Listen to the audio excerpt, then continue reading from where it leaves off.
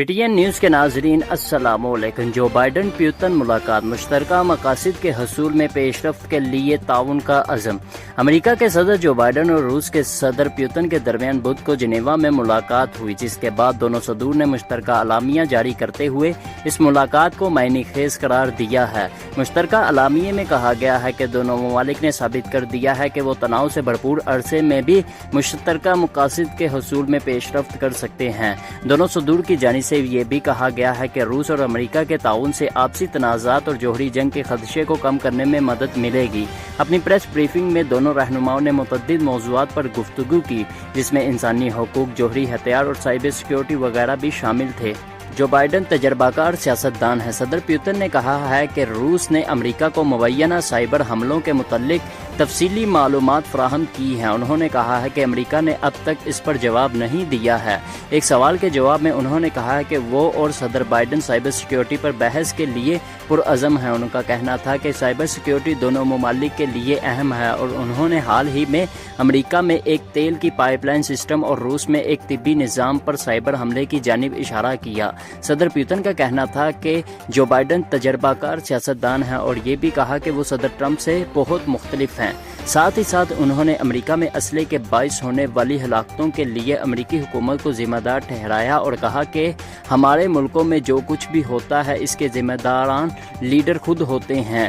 آپ امریکہ کی سڑکوں کو دیکھیں، روز لوگ مرتے ہیں، آپ منہ بھی نہیں کھول پاتے کہ آپ کو گولی مار دی جاتی ہے۔ انہوں نے کہا کہ دنیا بھر میں CIA کے خفیہ عقوبت خانوں میں لوگوں پر تشدد کیا جاتا ہے۔ کیا ایسے انسانی حقوق کا تحفظ کیا جاتا ہے؟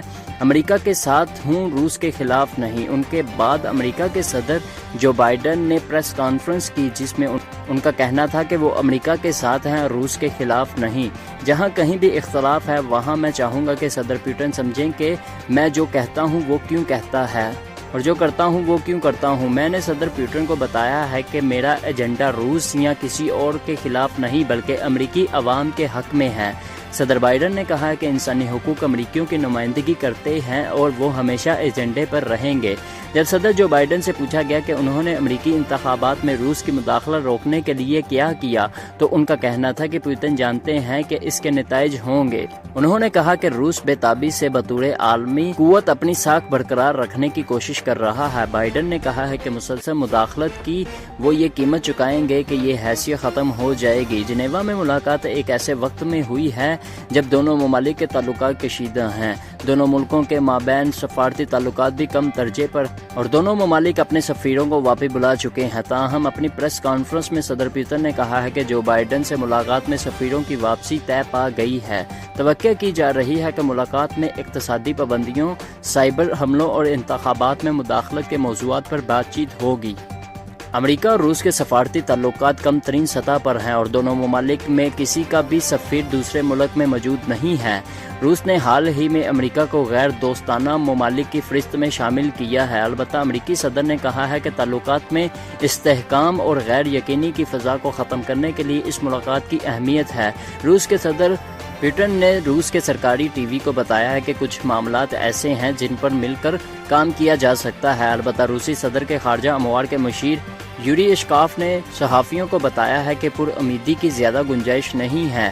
ایک سینئر امریکی اہلکار سے جب پوچھا گیا کہ صدر بائیڈن اور روسی صدر مل کر کھانا کھائیں گے، تو امریکی اہلکار نے بتایا کہ ایسا نہیں ہوگا۔ صدر جو بائیڈن ایک بار پہلے روسی صدر سے بطور نائب امریکی صدر ملاقات کر چکے ہیں۔ جنیوا میں امریکہ اور روس کے جھنڈے لہرائے جا چکے ہیں۔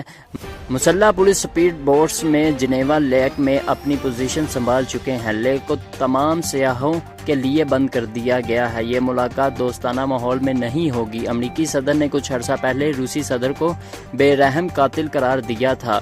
اس طرح روس کے ٹی وی اسٹیشن نے آج اپنی ایک رپورٹ میں صدر جو بائیڈن کی جہاز کی سیڑھیوں سے بحفاظت نیچے اترنے کی تعریف کی ہے۔ دونوں رہنماؤں کے پاس بات چیت کے لیے اسلحے کی تخفیف، سائبر سیکیورٹی اور نئے میدان جنگ سمیت کئی موضوعات ہیں۔ امریکہ کے پاس انسانی حقوق کے حوالے سے شکایات کی لمبی فہرست ہے، جسے صدر پیوتن رد کرنے میں مہارت رکھتے ہیں۔ صرف قیدیوں کی تبادلے کے حوالے سے کسی پیش رفت کی توقع کی جا رہی ہے۔ امریکہ اپنے فوجی پال ویلن کی رہائی چاہتا ہے، جو روس میں جاسوسی کے الزامات پر سزا پا چکے ہیں، جبکہ روس بھی ماضی میں قیدیوں کے تبادلے کی کوشش کرتا رہا ہے۔ دونوں ملکوں کے مابین سفارتی جنگ کو روکنے کے لیے شاید کوئی معاہدہ طے پا جائے اور دونوں ملکوں اپنے سفیر واپس اپنے عہدوں پر بھیج دیں۔ اس ملاقات میں دونوں ملکوں کے تعلقات میں کوئی نیا موڑ نہیں آئے گا اور دونوں ملکوں کی عداوت کے ختم ہونے کا کوئی امکان نہیں ہے، لیکن یہ دونوں ملکوں کے رہنماؤں کے لیے موقع ہے کہ وہ آمنے سامنے بیٹھ کر کھلے انداز میں اپنے خدشات پر بات چیت کر سکیں اور حالات کو مزید خراب ہونے سے بچا لیں۔ ناظرین، امید کی جا رہی ہے کہ دونوں فریق سفیروں کو واپس بلانے کے معاملے پر بات کریں گے۔ امریکہ حالیہ برسوں میں درجنوں روسی سفارتکاروں کے ملک سے نکلنے کے علاوہ روسی سفارت خانے کے 2 احاطوں کو بند کر چکا ہے۔ اسی طرح روس نے بھی امریکی سفارت خانے پر مقامی لوگوں کو بھرتی کرنے پر پابندی عائد کر دی تھی اور امریکی سفارتی عملے کو کم ویزے جاری کیے تھے۔ حکام کا خیال ہے کہ تخفیف اسلحے کے معاہدے کے حوالے سے کچھ معاملات پر پیش رفت ہو سکتی ہے۔ روس نے رواں برس فروری میں جوہری اسلحے کے حوالے سے معاہدے میں توسیع کی تھی۔ روس چاہتا ہے کہ اس میں مزید توسیع کر دی جائے۔ توقع یہ بھی کی جا رہی ہے کہ صدر جو بائیڈن روسی ہیکروں کے سائبر حملوں کے حوالے سے اپنے خدشات کا اظہار کریں گے۔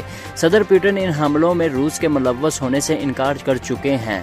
اور دوسری طرف روسی جیلوں میں قید 2 امریکی شہریوں کے خاندانوں نے سربراہ ملاقات سے پہلے قیدیوں کی رہائی کے لیے دباؤ بڑھایا ہے۔ جب صدر پوٹن سے پوچھا گیا کہ کیا وہ قیدیوں کے تبادلے کے حوالے سے بات چیت پر تیار ہوں گے تو ان کا جواب تھا یقیناً۔ دوستو، ہمارے چینل کو سبسکرائب کر دیں تاکہ ہماری آنے والی ویڈیوز بر وقت آپ تک پہنچتی رہیں۔